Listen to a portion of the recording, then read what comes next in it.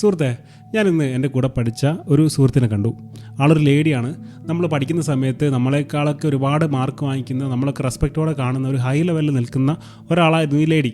പക്ഷേ ഇന്ന് ഇവർ ഒരു ഹൗസ് വൈഫായിട്ട് ഇങ്ങനെ ജീവിച്ച് പോവുകയാണ്, ഒരു സാധാരണ ലൈഫിൽ ഇങ്ങനെ പോവുകയാണ്. നമ്മളൊക്കെ അന്ന് കണ്ട ഒരു ഹൈ ലെവലിലേക്ക് കണ്ട ഒരു ലെവലിലേക്കൊന്നും ഇവരെത്തിയിട്ടില്ല. ഒരു വീട്ടമ്മയായിട്ട് ജീവിക്കുക എന്ന് പറയുന്നത് വലിയ റെസ്പോൺസിബിലിറ്റി തന്നെയാണ്. പക്ഷേ നമ്മളൊക്കെ അത്രത്തോളം റെസ്പെക്റ്റോടെ കണ്ട ഒരാൾ ഇന്ന് ഒരു സാധാരണ ലൈഫിൽ ഇങ്ങനെ പോവുകയാണ്.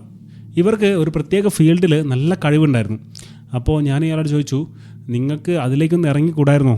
അതിലേക്ക് ചില ബിസിനസ്സുകളൊക്കെ ആയിട്ടും എന്തെങ്കിലും സ്വന്തമായിട്ടുള്ള ഫേമുകളൊക്കെ ആയിട്ട് ഇറങ്ങി നോക്കിക്കൂടായിരുന്നു എന്ന് ചോദിക്കുകയാണ്. അപ്പോൾ അവർ പറയാണ്, അതൊന്നും നമ്മളെ കൊണ്ടൊന്നും നടക്കുന്ന കാര്യം നല്ലതെന്നേ.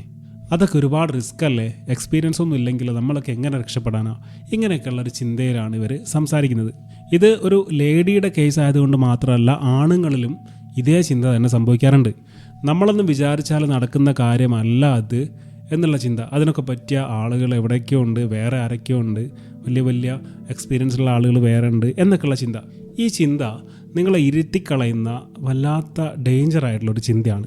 നമുക്ക് എത്ര കഴിവുണ്ടെന്ന് പറഞ്ഞിട്ട് കാര്യമില്ല, നമുക്ക് റെസ്പോൺസിബിലിറ്റികൾ ഏറ്റെടുക്കാനുള്ള പേടി, മറ്റുള്ളവരായിട്ടുള്ള കമ്പാരിസൺ, എന്നേക്കാൾ എന്തൊക്കെയോ കഴിവുള്ള ആളുകൾ വേറെ എവിടെയൊക്കെ ഉണ്ട് എന്നുള്ള തോന്നൽ, ഇതൊക്കെ നിങ്ങളെ ഇരുത്തിക്കളയുന്നൊരു ചിന്തയാണ്. എന്ന് വെച്ചാൽ വലിയ വലിയ ആളുകളുമായിട്ട് നമ്മൾ കമ്പയർ ചെയ്യുന്നു, എന്നിട്ട് നമുക്ക് നമ്മളൊന്നും അല്ല എന്ന് തോന്നുന്ന ഒരവസ്ഥ.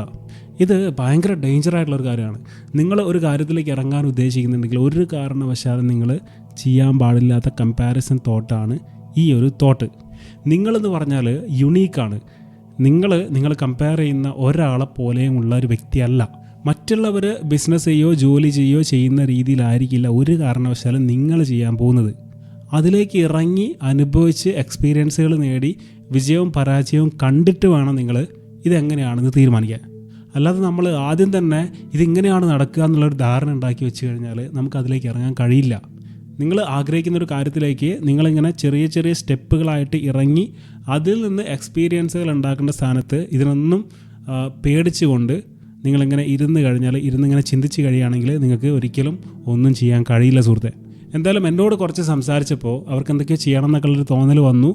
അതിനുശേഷം ഞാൻ ലാസ്റ്റ് അവരോട് പറഞ്ഞൊരു കാര്യമുണ്ട്. നിങ്ങൾ ചെയ്യേണ്ട കാര്യം ഇത് മാത്രമാണ്. ഇന്ന് രാത്രി ഉറങ്ങുന്നതിന് മുമ്പ് രാത്രി ഒരു 7-8 മണി എപ്പോഴാണെങ്കിലും കുഴപ്പമില്ല, നിങ്ങളൊരു 1 hour നിങ്ങളുടെ ഫ്യൂച്ചറിന് വേണ്ടി ഒന്ന് പ്ലാൻ ചെയ്യണം. എന്തായാലും കുറേ വർഷങ്ങളിങ്ങനെ പോയല്ലോ, നിങ്ങൾ ഇന്ന് ഏതെങ്കിലും ഒരു സമയത്തൊന്ന് ഫ്രീ ആയിട്ട് ഇരുന്നിട്ട് ഒരു പെന്നും പേപ്പറൊക്കെ എടുത്തിട്ട് നിങ്ങൾ എന്ത് ചെയ്യണം, നിങ്ങളുടെ ഫ്യൂച്ചറിനെ പറ്റി ചെറുതായിട്ട് ഒരു 4-5 സ്റ്റെപ്പുകളൊന്ന് എഴുതി വെക്കണം. നമുക്ക് എന്താണ് ആവേണ്ടത് എന്നുള്ളത് ഇങ്ങനെ മനസ്സിലിട്ട് നടന്നിട്ട് ഒരു കാര്യമില്ല. ഇതിലേക്ക് വേണ്ടി വർക്ക് ചെയ്യുന്ന രീതിയിൽ നിങ്ങൾ എന്തെങ്കിലും ചെയ്തോ എന്നുള്ളതാണ് ഈ പ്രപഞ്ചം നോക്കുന്നത്. ചെറുതായിട്ടെങ്കിലും നിങ്ങൾ ഒരു സ്റ്റെപ്പ് അതിലേക്ക് നിങ്ങൾ എടുത്തു വെച്ചോ എന്നുള്ള കാര്യത്തിനാണ് മൂല്യമുള്ളത്. അല്ലാതെ നമ്മൾ അടുത്ത മാസം നോക്കുക, ഒരു 10 ദിവസം കഴിയട്ടെ എന്നൊക്കെ വിചാരിച്ചിരുന്ന് കഴിഞ്ഞാൽ ഒന്നും ആവാൻ നമുക്ക് കഴിയില്ല. നിങ്ങൾ ചെയ്യുന്നുണ്ടെങ്കിൽ ഇന്ന് തന്നെ ചെയ്യണം. എന്തായാലും ഇങ്ങനെയൊക്കെ പറഞ്ഞതിന് ശേഷം അന്ന് രാത്രി തന്നെ എനിക്ക് അവരുടെ സൈഡിൽ നിന്നൊരു മെസ്സേജ് വരികയാണ്. ഞാൻ നിങ്ങൾ പറഞ്ഞ പോലെയൊക്കെ തന്നെ ചെയ്തു, ഒരു 1 hour ഇരുന്നു, കുറച്ച് പ്ലാൻ ചെയ്തു, ഒരു ക്ലാരിറ്റി വന്നു, എനിക്ക് എന്തൊക്കെയോ ചെയ്യണം എന്നുണ്ട്. എന്തായാലും ആ പഴയ എന്നെ ഒന്ന് ഓർമ്മിപ്പിച്ചതിന് താങ്ക്സ് എന്ന് എന്നോട് അവർ പറയാണ്. ഇനി അവർ എന്താവും എന്നൊന്നും എനിക്കറിയില്ല. പക്ഷേ എന്നാലും ചില ആളുകൾക്ക് ഈ രീതിയിലുള്ള ചെറിയൊരു മോട്ടിവേഷൻ കിട്ടിക്കഴിഞ്ഞാൽ തന്നെ അവർ ചിലപ്പോൾ എത്തേണ്ട അടുത്ത് എത്തിപ്പോവും. നമ്മളുടെ ചിന്തകളുടെ പ്രശ്നങ്ങൾ ആരെങ്കിലും ഒന്ന് പറഞ്ഞു തരാൻ നമുക്കുണ്ടെങ്കിൽ നമുക്ക് എവിടെയെങ്കിലൊക്കെ എത്താം.